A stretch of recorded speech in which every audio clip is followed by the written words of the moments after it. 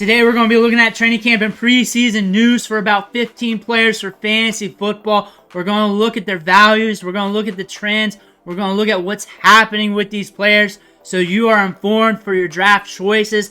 But before we dig in, you need to click that subscribe button right now. We're talking about these players every day. We're looking at the news. We're looking at the values, the advanced metrics, the rankings, and everything else in season. Waiver wire every day. We're helping you win your trades. We're helping you build your teams. We're helping you set your lineups. Click that button. Stop missing out. We're going to start things hot and heavy. Pittsburgh's got a quarterback battle, but it's ugly. It's ugly. Justin Fields is good in practice, but has not been perfect in the games. That's saying it best. Russell Wilson wasn't much better this weekend either. He's come back from that calf injury, so he's starting off kind of slow because he hasn't had as much opportunity to practice.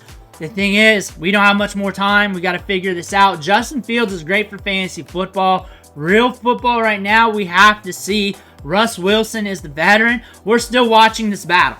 We're still watching this battle.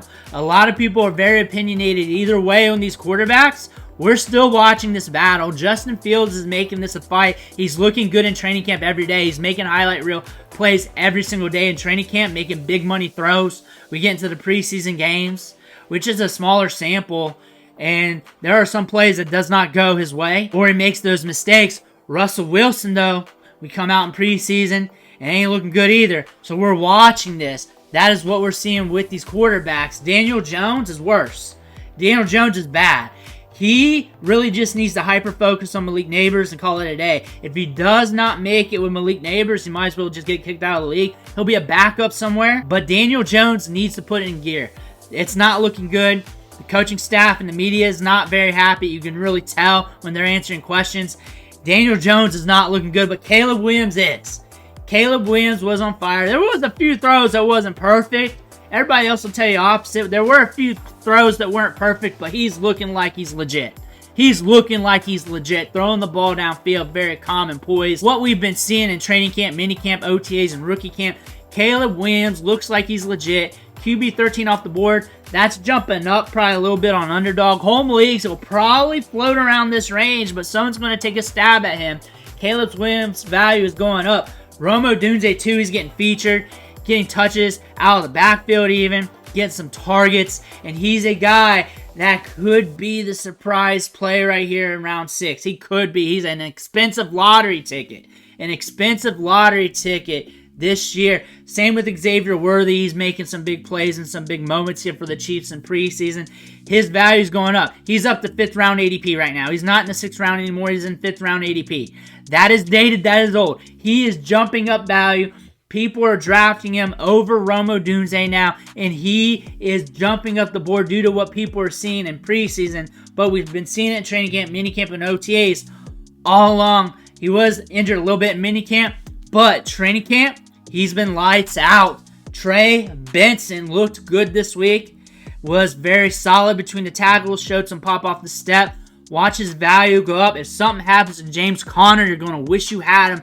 He's also an expensive lottery ticket at running back, but he's also a lottery ticket that could win your league. Kamani Vital. He's not dead yet. He's not dead yet. That beat writer that had him off the 53 said, hey, he wasn't practicing. He wasn't in. I couldn't get an eval on him. So he made the 53-man roster with him excluded last week or so without providing context to why. And now we got the context, which even sounds even worse. He looks good in preseason. Honestly, every time you see him with the ball in his hands, he looks good. He's got pop between the tackles, good vision.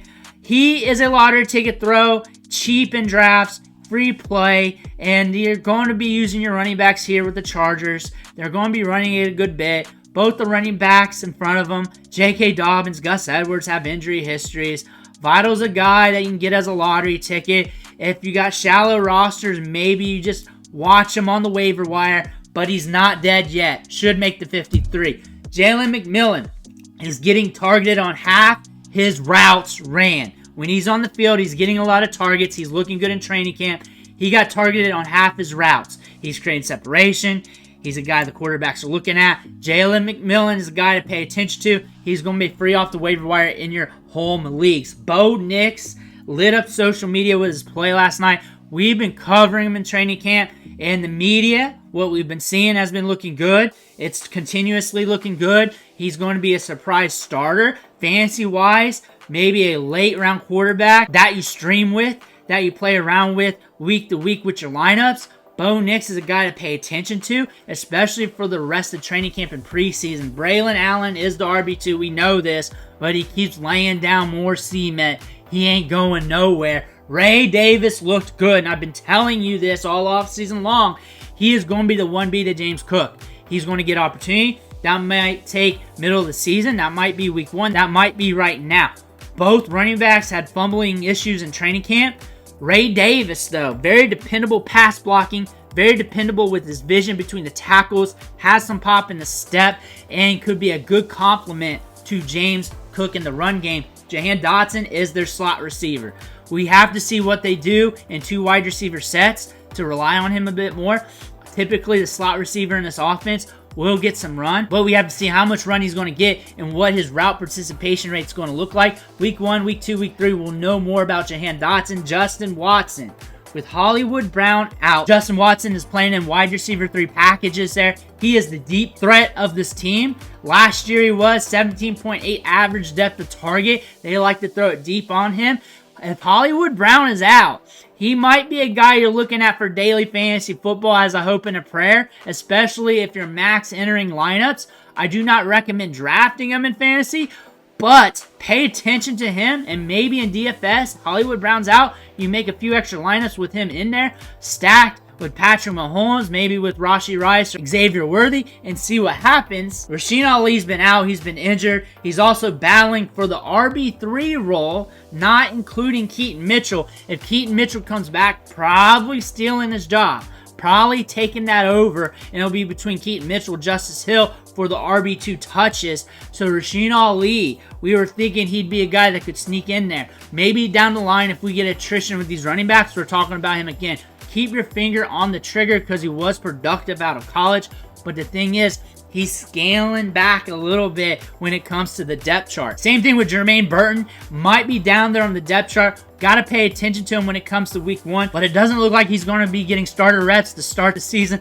They rested their starting wide receivers. Jermaine Burton was getting some run, maybe to get him more opportunity. But it looks like playing time might be limited to start things off. Expect a rookie ramp up anyways. Not all of these rookies are going to start off week 1 getting starter reps. But if you're looking at drafting Jermaine Burton, keep that in mind. Some people are round 14 ADP. Those are 15 players being impacted by preseason, recent training camp news, and everything else. Let me know what you think in the comments below. Make sure to hit that subscribe button on the way out. One thing for watching. Catch you on the next video.